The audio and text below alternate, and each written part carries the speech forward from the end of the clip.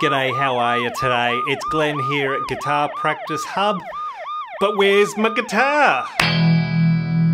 So I thought I'd try something a little bit different for this video. Thought we'd have a bit of a chat. Hands off the instrument. Now I know, what are you saying here? It's a Guitar Practice YouTube channel. We help you practice the guitar as a beginner guitarist. Real practical, repetitious, hands-on, fun sessions. And hey, don't get me wrong, I love it. I love doing that with you. But just for today, I thought we'd have a little conversation. Maybe a little heart to heart. So what are we going to talk about today? We're going to talk about the chord police. Chord police, what do we mean? Okay, it's just a little term that I've come up with. Really, what we're going to talk about is chords and harmony. Harmony is chords. Chords is harmony. Now you probably know this already. If you don't, harmony is when we get one note plus at least one other note and play them simultaneously. Simultaneously. How do you pronounce that? I'm not even sure. So we have melody, which is one note at a time, or harmony, many notes sounding together.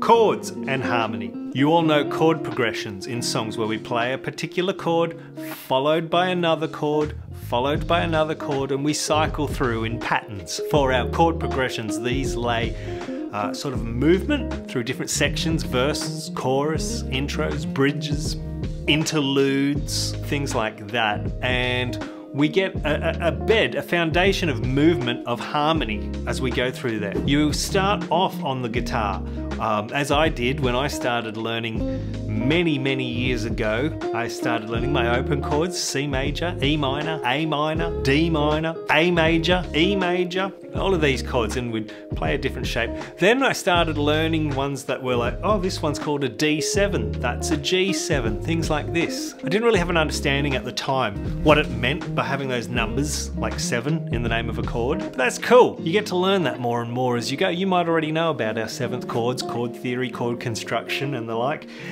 Put it this way, there's a lot of variations of harmony, and they just have names of root notes, and a lot of the time just sort of like numbers. Majors, minors, altereds, diminisheds, suspendeds, but you'll find a lot of numbers in there. For example, you can have a G major 7, a G dominant 7, otherwise called a G7. You can have a G minor 7. You can have a G augmented 7. You can have a G9, a G7 sharp 9, a G7 flat 9. You can have a G11, a G13, a G6 9, a G minor 7 flat 5. Now these all have that same G foundation note, but variations of other notes combined with them for different flavors of harmony. And this is a concept. I just said the word flavors. I like to think about harmony in a sense of flavors, ingredients, spices. For example, a 3-note chord is called a triad. G major, G, B, D. Now if you throw in an F sharp, you get G, B, D, F sharp. That's a G major 7. That extra 4th note gives it a little bit of extra flavor, and that's totally cool. Harmony can be experimented with much like cooking, I reckon. For example, you might want to make a lasagna. Have you ever made a lasagna before? And if you haven't, why haven't you? But think about this, you have the goal of making a lasagna. Now, you might have minced meat, you might have bechamel sauce, you might have cheese, you might throw in some zucchini, you might throw in some eggplant. Someone else might not throw in the zucchini or the eggplant, but they might throw in something crazy like green beans and mushrooms. Now at the end, you have different ingredients and slightly different flavors, but what have we got at the end? We have a lasagna, okay? So this is where I come to the chord police.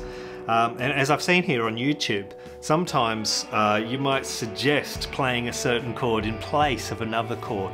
I find that some people go, if the song calls for a C major chord, you have to play a C major chord. You can't play any variation other than. Yeah, I beg to differ. I think you can, unless you set the personal goal to yourself to play an identical copy of what it is that you hear in the recording of a particular song. Harmony is flexible. I suggest you get your mind flexible around harmony. You can play with harmony. You might have a chord progression in a song that's C, A minor, and a D. You could play a C power chord, an A minor 7, and a D9. and see what it sounds like. Hear what it might sound terrible to your ears, it might sound interesting, it might sound like it wants to move somewhere completely different. Sometimes chords are different for every guitarist. You might have a little bit of trouble due to the physical nature of your fingers playing this type of chord or that type of chord, and a variation of that chord might be easier for you. To enjoy the process of playing music, sometimes you've got to make little variations of these chords so they can get hands-on and not be caught up in the perfectionism of playing what the song demands. Have fun, enjoy the instrument, let your ear experiment with the sound of harmony, extend your repertoire of chords while you extend your repertoire of songs. There's no right or wrong. There is dissonance and consonance and everywhere in between. So if you subscribe to the theory of policing chords, please try to loosen up a little bit. Experiment a little. Try something. If you don't like it, come back to your regular old as the song demands chords. That's totally cool with me as well. It's got nothing to do with me really. Music's to be played around with, experimented with, and to enjoy. And our guitar is the best vehicle, I reckon, to get into it. Thank you for engaging with me in today's conversation. What are your thoughts on harmony? Are you allowed to experiment, or do you have to stick to what the song calls for? It's a can of worms once you get into it, and it's a wonderful can of worms. Thanks. See ya.